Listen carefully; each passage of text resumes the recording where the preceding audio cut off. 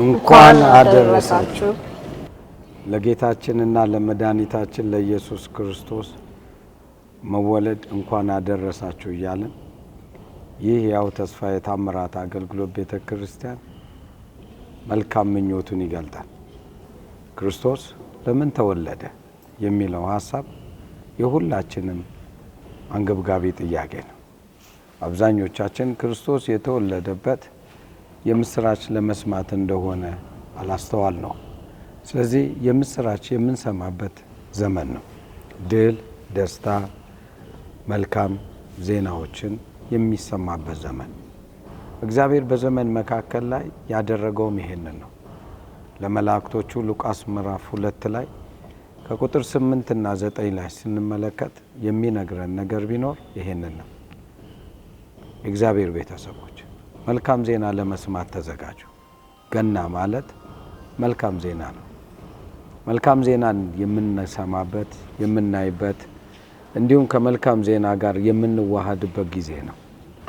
ኃያሉ ተወልዷል። በሌላ አነጋገር የእግዚአብሔር መንግስት ወደዚህ ምድር መጣች። ያቺ መንግስት ሁሉን ትገዛለች። ስለዚህ ጨለማን ገዝታዋለች፣ በሽታን ገዝታዋለች፣ ድህነትን ገዝታዋለች፣ ጭንቀትን፣ ፍርሃትን ገዝታዋለች።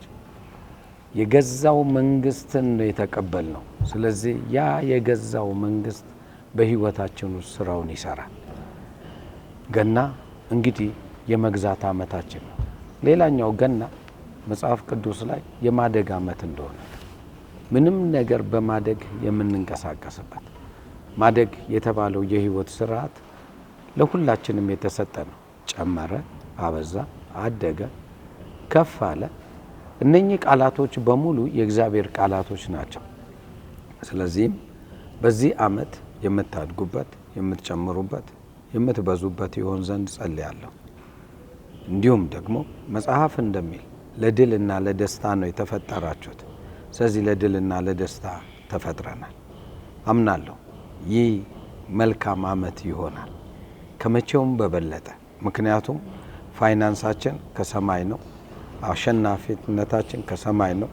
ሁሉ ነገር አቅርቦታችን ከሰማይ ነው። ከሰማይ የሆነው መልካም ነገር ለሁላችን ደርሶልናል። እግዚአብሔር ይባርካችሁ። መልካም በዓል።